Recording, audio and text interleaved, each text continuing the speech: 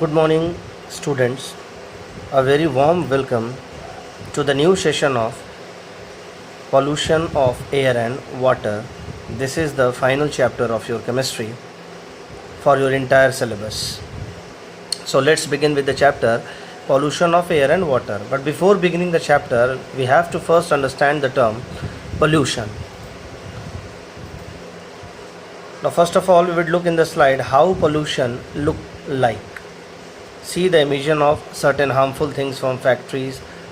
Earth is day by day getting polluted by all these pollutants.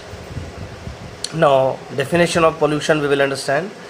When harmful substances contaminate the environment, it is called pollution. जब harmful substances हमारे वातावरण को दूषित करती हैं, contaminate का मतलब होता है दूषित करना, तो जब कई सारी हानिकारक चीज़ें हमारे वातावरण को दूषित करती हैं तो वो कहलाते हैं, ये पूरा प्रोसेस कहलाता है पोल्यूशन, और जो हानिकारक चीज़ें हैं वो कहलाते हैं pollutant. Pollution refers to the very bad condition of environment in terms of quantity and quality. दोनों तरीके से, क्वांटिटी वाइज भी हमारा इन्वायरमेंट जो है वो ख़राब हो जाता है और क्वालिटी वाइज भी हमारा इन्वायरमेंट पॉल्यूशन के कारण ख़राब हो जाता है. Now types of pollution, there are 5 major types of pollution: air pollution, water pollution, noise pollution, land pollution and radioactive pollution. Radioactive materials होते हैं, उनसे जो pollution फैलता है वो है radioactive pollution. आज हम लोग सबसे पहले डिस्कस करेंगे एयर पोल्यूशन के बारे में. Now, as we all know that air is a mixture of gases. The two main gases present in air are nitrogen and oxygen. हवा जो है वो कई सारे गैसेस से बना हुआ है, जिसमें सबसे दो जो मेजर गैस हैं, मेन गैस हैं, वो है नाइट्रोजन एंड ऑक्सीजन. नाइट्रोजन 78% जो है वो रहता है हवा में और ऑक्सीजन 21% रहता है. बाकी के 1% जो है वो carbon dioxide, water vapour, argon and other noble gases से कैप्चर किया हुआ है. लेकिन जब हवा दूषित होती है तो उस हवा में कई सारे दूसरे हार्मफुल गैसेस भी होते हैं, जैसे carbon monoxide, sulphur dioxide, nitrogen oxide, dust, smoke etcetera.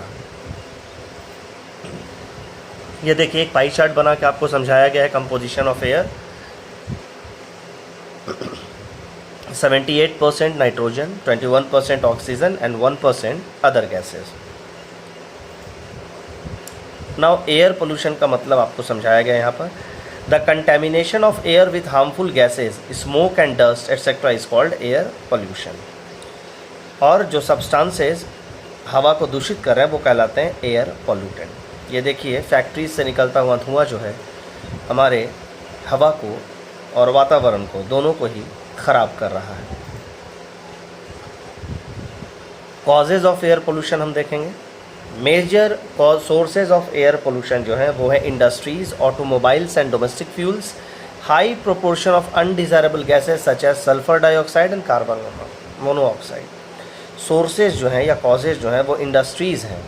सबसे पहला फैक्ट्रीज़ और इंडस्ट्रीज़, क्योंकि इनमें से जो है वो टॉक्सिक गैसेस का एमिशन होता है, बाहर निकलते हैं टॉक्सिक गैसेस जो कि हमारे वातावरण को बहुत ही प्रदूषित करते हैं.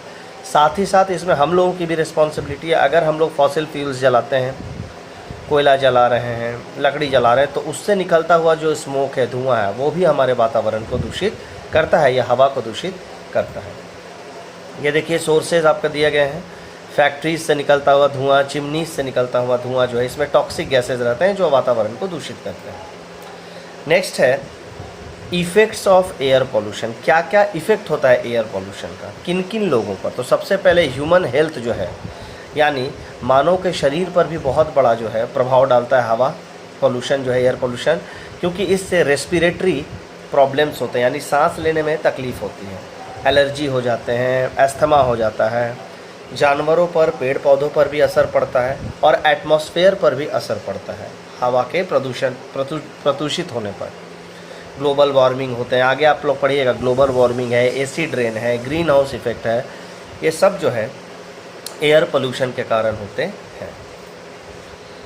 कैसे आप दूर कर सकते हैं एयर पोल्यूशन को, कैसे अवॉइड कर सकते हैं. आप नेचुरल गैसेस का इस्तेमाल कीजिए, एलपीजी का, लिक्विफाइड पेट्रोलियम गैसेस का. पटाखे न जलाएं, उससे बहुत ज़्यादा धुआं निकलता है जो कि हवा को जो है प्रदूषित करता है. गाड़ियों में जो है वो फ्यूल जो है कम कम भरवाएं, एक बार में ना भरवाएं, उससे भी इमिशन होता है टॉक्सिक गैसेस का। और सोलर पैनल का इस्तेमाल करें, सोलर हीटर्स वगैरह का इस्तेमाल करें, इलेक्ट्रिक स्टोव्स का इस्तेमाल करें, बायोगैस का इस्तेमाल करें, जिससे प्रदूषण ना के बराबर होगा। हमारा क्या रोल है एयर पोल्यूशन को कंट्रोल करने में, वो देखिए। We should not burn dry leaves, papers and garbage in the open. खुले जगह पर सूखी पत्तियाँ, पेपर, गार्बेज वगैरह नहीं जलानी चाहिए। इलेक्ट्रिसिटी का बचाव करना चाहिए। पेड़ पौधे ज़्यादा लगाना चाहिए क्योंकि ये पोल्यूशन को एब्जॉर्ब करते हैं। और उसके बाद 4 Rs में हम लोग को ज़रूर विश्वास रखना चाहिए।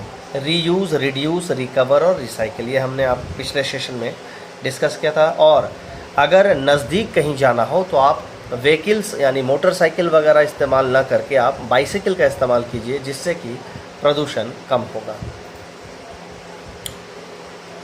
तो आज के लिए इतना ही इस सेशन में। नेक्स्ट सेशन में हम लोग और आगे डिस्कस करेंगे water pollution, acid rain, green house effect, क्या क्या एसिड रेन का कंसिक्वेंसेस है, कैसे एसिड रेन जो है वो इफ़ेक्ट कर रहा है।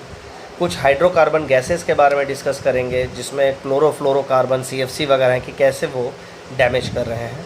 ये कुछ असाइनमेंट्स हैं, कुछ क्वेश्चंस हैं जो असाइनमेंट के रूप में आपको दिए जा रहे हैं। आपको पता है क्या करना है, जल्दी से आंसर इसको रफ कॉपी में बना करके और पोस्ट कर देना है 3:30 से 4 बजे के अंदर आपके व्हाट्सएप ग्रुप में।